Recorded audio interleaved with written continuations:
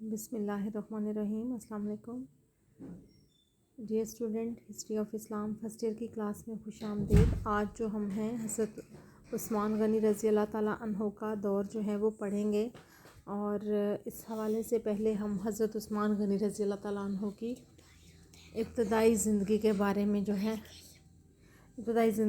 میں بات کریں گے۔ حضرت عثمان غنی رضی اللہ تعالیٰ عنہ جو ہیں قریش کے مشہور قبیلے بنو امیہ سے تعلق رکھتے تھے، اور آپ کا جو خاندان تھا، آپ کے والد صاحب جو تھے وہ مکہ کے بڑے بڑے جو تجارت کرتے تھے لوگ ان میں شامل تھے، یعنی کہ بہت بڑے تاجر تھے، اور ان کا انتقال بھی ایک تجارتی سفر کے دوران ہی ہوا تھا۔ حضرت عثمان خود بھی بہت باصلاحیت تھے اور انہوں نے اس میں مسلسل اضافہ کیا۔ جب حضرت عثمان کے والد جو ہیں حضرت عثمان غنی رضی اللہ تعالیٰ عنہ کے جب والد صاحب کا انتقال ہوا تو انہوں نے ایک کثیر رقم اور جو ہے کاروبار جو ہے وہ وراثت میں چھوڑا۔ حضرت عثمان غنی رضی اللہ تعالیٰ عنہ جو ہیں وہ عمر میں حضرت محمد مصطفیٰ صلی اللہ علیہ وآلہ وسلم سے 6 سال چھوٹے تھے۔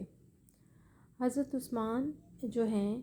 ان کی شخصیت میں ہم دیکھتے ہیں کہ وہ اچھے لوگوں کی صحبت کو پسند کیا کرتے تھے، اور حضرت ابوبکر صدیق رضی اللہ تعالیٰ عنہ کے ساتھ آپ کی بہت دوستی تھی، اور انہی کی دعوت پر آپ نے اسلام قبول کیا تھا۔ اسی طرح ہم دیکھتے ہیں حضرت خدیجہ رضی اللہ تعالیٰ عنہ، حضرت علی، حضرت زید بن حارث اور حضرت ابوبکر جو ہیں وہی مسلمان ہوئے ہیں۔ البتہ اسلام کے ایک روز بعد، آپ کے قبول اسلام کے ایک روز بعد جو ہے عبد الرحمن بن عوف جو ہیں انہوں نے بھی اسلام قبول کر لیا۔ حضرت عثمان غنی رضی اللہ تعالیٰ عنہ کا جو دور خلافت ہے وہ 24 ہجری سے 35 ہجری تک کا ہے، جس کو ہم سنہ عیسوی میں 644 سے لے کر 656 تک کا دور کہتے ہیں۔ اور اس میں ہم دیکھتے ہیں کہ حضرت محمد مصطفیٰ صلی اللہ علیہ وآلہ وسلم کے ساتھ آپ کی قرابت داری کا تھوڑا سا تذکرہ کریں گے۔ جب وحی کے نزول کے بعد ابو لہب نے اپنے بیٹے کو کہہ کر کہ حضرت محمد مصطفیٰ صلی اللہ علیہ وسلم کی بیٹی رقیہ جن کا نکاح ہوا اس کے ساتھ ہوا تھا، یعنی کہ ابو لہب کے بیٹے کے ساتھ ہوا تھا نبی پاک صلی اللہ علیہ وسلم کی بیٹی کا، اس کو ختم کروا دیا، تو نبی پاک صلی اللہ علیہ وآلہ وسلم نے حضرت رقیہ کا جو نکاح ہے وہ حضرت عثمان سے کر دیا۔ حضرت عثمان جو ہے حبشہ کی طرف ہجرت جو کی تو حضرت رقیہ جو ہے وہ آپ کے ساتھ تھیں۔ اسی طرح سے ہم دیکھتے ہیں کہ غزوہ بدر کے موقع پر حضرت رقیہ رضی اللہ تعالیٰ عنہ بیمار تھیں، اس لیے حضور پاک صلی اللہ علیہ وآلہ وسلم کے حکم پر آپ نے ان کی تیمارداری کی، اور اسی دوران حضرت رقیہ کا جو ہے انتقال ہوا، تو حضرت رقیہ اور حضرت عثمان رضی اللہ تعالیٰ عنہ کے 2 سالہ بیٹے عبداللہ تھے، وہ بھی جلدی ہی وفات پا گئے۔ اس طرح ہم دیکھتے ہیں کہ نبی پاک صلی اللہ علیہ وآلہ وسلم نے اپنی دوسری بیٹی حضرت ام کلثوم کا نکاح بھی جو ہے آپ کے ساتھ کر دیا، اور اسی بنا پہ ہم ذوالنورین یعنی کہ 2 نوروں والا کہلائے۔ حضرت عثمان غنی بنو امیہ سے تعلق رکھتے تھے۔ حضرت عثمان غنی کا خاندان جو ہے اس کا شمار مکہ کے امیر تاجروں میں ہوتا تھا، اور آپ کے والد صاحب نے ایک کافی بڑا جو حصہ تھا جائیداد کا آپ کے لیے چھوڑا۔ اسی طرح دیکھتے ہیں کہ حضرت عثمان ان اشخاص میں تھے جو صالح تھے اور اچھے لوگوں کی صحبت پسند کرتے تھے۔ حضرت ابوبکر صدیق رضی اللہ تعالیٰ عنہ سے آپ کی بہت دوستی تھی، اور اسی بنا پر آپ نے اسلام بھی قبول کیا، اور پھر آپ جو ہیں اسی بنا پر آپ نے نبی پاک صلی اللہ علیہ وسلم سے متاثر ہوئے، اسلام کی تعلیمات سے متاثر ہوئے، اور پھر حضرت ابوبکر صدیق کی دعوت پر ہی آپ نے جو ہے اسلام قبول کیا۔ نبی پاک صلی اللہ علیہ وآلہ وسلم کی 2 بیٹیاں یک کے بعد دیکھتے آپ کے نکاح میں آئیں تو آپ ذوالنورین کہلائے۔ حضرت عثمان غنی رضی اللہ تعالیٰ عنہ کی ہم اگر خدمات کا تذکرہ کریں تو ہم دیکھتے ہیں کہ کہ آپ نے اسلام کے لیے آپ کی وسیع خدمات ہیں، جس میں ہم دیکھتے ہیں کہ مالی تعاون کے حوالے سے اوس بن ثابت کا بھائی بنایا گیا تھا جب اخوت کی گئی۔ آپ جلد ہی اتنے مالدار ہو گئے کہ آپ کا مدینہ کے اندر بھی مالدار لوگوں میں شمار ہونے لگا۔ آپ اپنی فیاضی اور دولت مندی کی بنا پر جب آپ دوسروں پہ بھی خرچ کرتے تھے تو آپ غنی کہلائے۔ آپ کی اگر ہم مختلف خدمات کا تذکرہ کریں تو اس میں ہمیں سب سے پہلے نظر آتا ہے کہ مدینہ کے اندر پانی کی قلت تھی، اور میٹھے پانی کا کنواں جو ہے ایک یہودی کی ملکیت تھا، اور مسلمانوں کو اس کے لیے جو ہے پانی پینے میں مشکل پیش آتی تھی، اور وہ یہودی جو ہے ان سے بہت زیادہ قیمت طلب کرتا تھا، اور اس کے بعد جو ہے وہ خود جو ہے روپیہ پیسہ دیتا تھا، خود پانی پھر دیتا تھا۔ تو یہ مسلمانوں کے لیے ایک تنگی تھی، تو حضرت عثمان غنی رضی اللہ تعالیٰ عنہ نے اس کنویں کو اس یہودی سے خریدا، اور پھر اس کنویں کو عام مسلمانوں کے لیے جو ہے وہ وقف کر دیا۔ حضرت عثمان حضرت رقیہ کی بیماری اور وفات کے سبب ہم دیکھتے ہیں کہ غزوہ بدر میں شریک نہ ہو سکے، لیکن باقی تمام غزوات میں آپ نبی پاک صلی اللہ علیہ وآلہ وسلم کے شانہ بشانہ رہے۔ اسی طرح سے غزوہ احد میں جب حضرت محمد مصطفیٰ صلی اللہ علیہ وسلم کے اوپر جو ہے کچھ لوگوں نے حملہ کیا، اور مسلمانوں پر ایک تھوڑا سا ایسا وقت آیا جس میں مسلمانوں کو مشکلات کا سامنا کرنا پڑا، تو اس وقت میں حضرت عثمان غنی رضی اللہ تعالیٰ عنہ، حضرت ابوبکر صدیق، حضرت عمر فاروق رضی اللہ تعالیٰ عنہ اور حضرت علی رضی اللہ تعالیٰ عنہ تمام اصحاب جو ہیں آپ کے بالکل پاس رہے۔ اسی طرح سے حضرت عثمان غنی رضی اللہ تعالیٰ عنہ یہودی قبائل کے خلاف کارروائیوں میں بھی شریک تھے، اور غزوہ خندق میں بھی تھے۔ صلح حدیبیہ کے موقع پر ہم دیکھتے ہیں کہ آپ کی شخصیت میں جو نرمی تھی اور تدبر تھا، اسی بنا پہ آپ کو اس بات کے لیے چنا گیا کہ آپ جو ہیں جائیں اور قریش کے ساتھ جو ہے معاملات طے کریں۔ آپ وہاں پہ تشریف لے گئے، اور آپ نے وہاں پر جو ہے بات چیت کی۔ جب آپ کچھ عرصہ تھوڑا سا ٹائم زیادہ ہو گیا اور آپ واپس نہیں آئے، تو اللہ کے نبی نے تمام لوگوں سے اس بات پر بیعت لی، کیونکہ خدا نخواستہ ان کو خطرہ محسوس ہوا کہ کہیں خدا نخواستہ حضرت عثمان غنی کو شہید تو نہیں کر دیا گیا۔ تو اسی لیے ہم دیکھتے ہیں کہ حضرت عثمان غنی رضی اللہ تعالیٰ عنہ جو ہیں ان کے لیے بیعت رضوان لی گئی۔ حضور پاک صلی اللہ علیہ وسلم نے اپنا ہاتھ کو حضرت عثمان کا ہاتھ قرار دیا، اور آپ کی طرف سے بیعت کی گئی۔ حضرت عثمان کا ایک اور یہ بھی شرف ہے کہ آپ نے جہاد بالمال میں تمام صحابہ سے آگے تھے، آپ کے پاس اللہ تعالیٰ نے بہت کچھ دیا ہوا تھا، اور آپ اپنا مال جو ہے اللہ کے راستے میں خرچ کرنے کے شائق تھے، اور اسی طرح سے اللہ تعالیٰ نے جو آپ کو وسیع رزق دیا تھا، آپ اور اسلام کی تعلیمات پر جو آپ عمل پیرا تھے، اللہ کے نبی سے آپ کو بہت پیار تھا، تو اللہ تعالیٰ کے نبی کی ہی سنت پر عمل کرتے ہوئے آپ اپنا ہر موقع پر جب بھی مسلمانوں کو ضرورت محسوس ہوتی تھی اپنا مال و اسباب جو ہے اللہ کی راہ میں پیش کر دیا کرتے تھے۔ اسی طرح سے ہم دیکھتے ہیں کہ جب مسلمانوں کو رومیوں کے خلاف جنگ کی تیاری کرنا پڑی اور تبوک کا معرکہ پیش آیا، تو آپ نے 10,000 سے قریب جو مجاہدین تھے ان کو تمام جو ضروریات ان کی تھیں، اسلحہ تھا اور سفر کے لیے جو سامان ان کو درکار تھا وہ مہیا کیا۔ اس کے علاوہ آپ نے 1,000 اونٹ، 70 گھوڑے اور 1,000 دینار جو ہیں وہ خدمت نبوی میں پیش کیے کہ اللہ کے نبی کے پاس پیش کیا کہ اللہ کے نبی جو ہیں اس کو تبوک میں جو ہے وہ استعمال کریں۔ اسی طرح سے ہم دیکھتے ہیں حضرت ابوبکر صدیق کے دور میں خلافت میں آپ ان چند اشخاص میں تھے جن سے ہر معاملے میں مشورہ کیا جاتا تھا۔ حضرت ابوبکر صدیق رضی اللہ تعالیٰ عنہ نے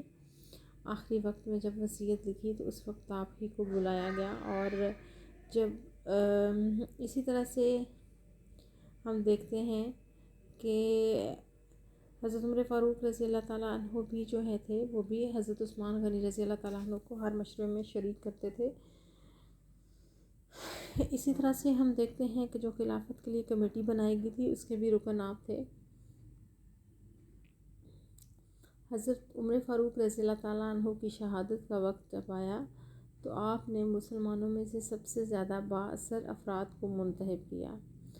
اور حضرت مقداد کو فرمایا کہ میری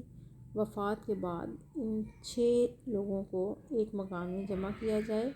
اور وہ 3 دن کے اندر یہ فیصلہ کریں کہ خلافت جو ہے وہ کس کے حوالے کی جائے، اور ان میں سے جو شخص مسلمانوں کی مرضی کے خلاف زبردستی امیر بننے کی کوشش کرے اس کے بارے میں بھی آپ نے وصیت کی۔ اور یہ 6 اشخاص کون تھے؟ یہ 6 اشخاص تھے: عثمان رضی اللہ تعالیٰ عنہ، حضرت علی رضی اللہ تعالیٰ عنہ، طلحہ رضی اللہ تعالیٰ عنہ، زبیر رضی اللہ تعالیٰ عنہ، عبد الرحمن بن عوف اور سعد بن ابی وقاص رضی اللہ تعالیٰ عنہ۔ لیکن حضرت عمر فاروق رضی اللہ تعالیٰ عنہ نے اپنے بیٹے حضرت عبداللہ بن عمر کے بارے میں واضح طور پہ یہ ہدایت فرمائی کہ انہیں خلیفہ نہیں بنایا جائے، کیونکہ آپ بہت سمجھدار تھے اور مدبر تھے۔ آپ یہ سمجھتے تھے کہ خلافت جو ہے وہ موروثیت کی حیثیت نہ اختیار کر دی جائے، یعنی کہ خلافت موروثی نہ ہو جائے، باپ کے بعد بیٹا نہ، یہ ایک نئی چیز جو ہے وہ شروع ہو جائے۔ اب ہم دیکھتے ہیں کہ حضرت سعد نے عبد الرحمن بن عوف کا نام پیش کیا، لیکن انہوں نے اپنا نام واپس لے لیا۔ حضرت طلحہ نے حضرت عثمان کا نام تجویز کیا، اور حضرت زبیر جو تھے انہوں نے حضرت علی کا نام تجویز کیا۔ اب یعنی کہ 2 نام تھے، ایک حضرت علی اور ایک حضرت عثمان کا۔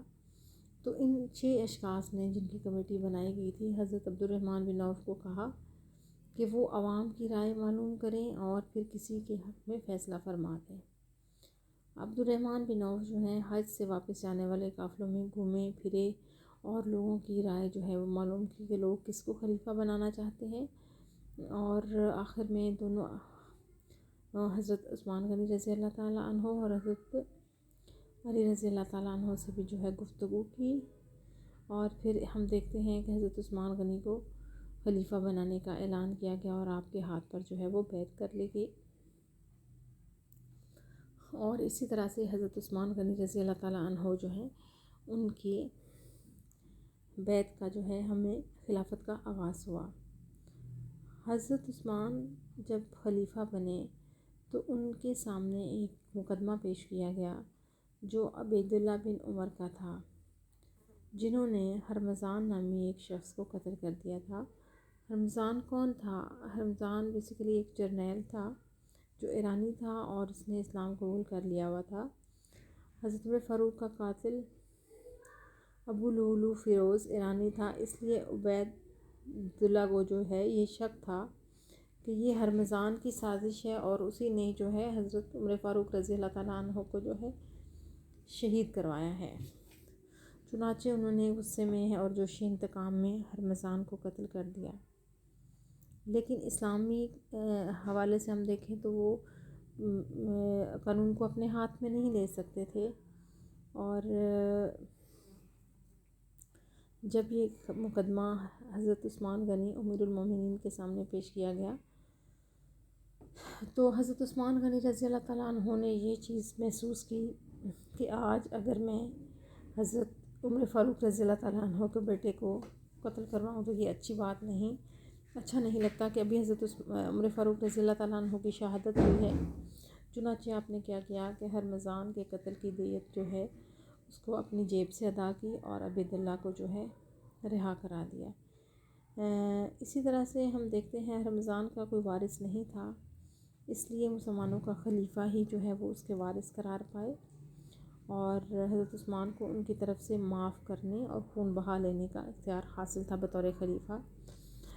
آپ نے جو ہے اپنی جیب سے جو ہے خون بہا دیا اور اس کو بیت المال میں جو ہے جمع کرا دیا۔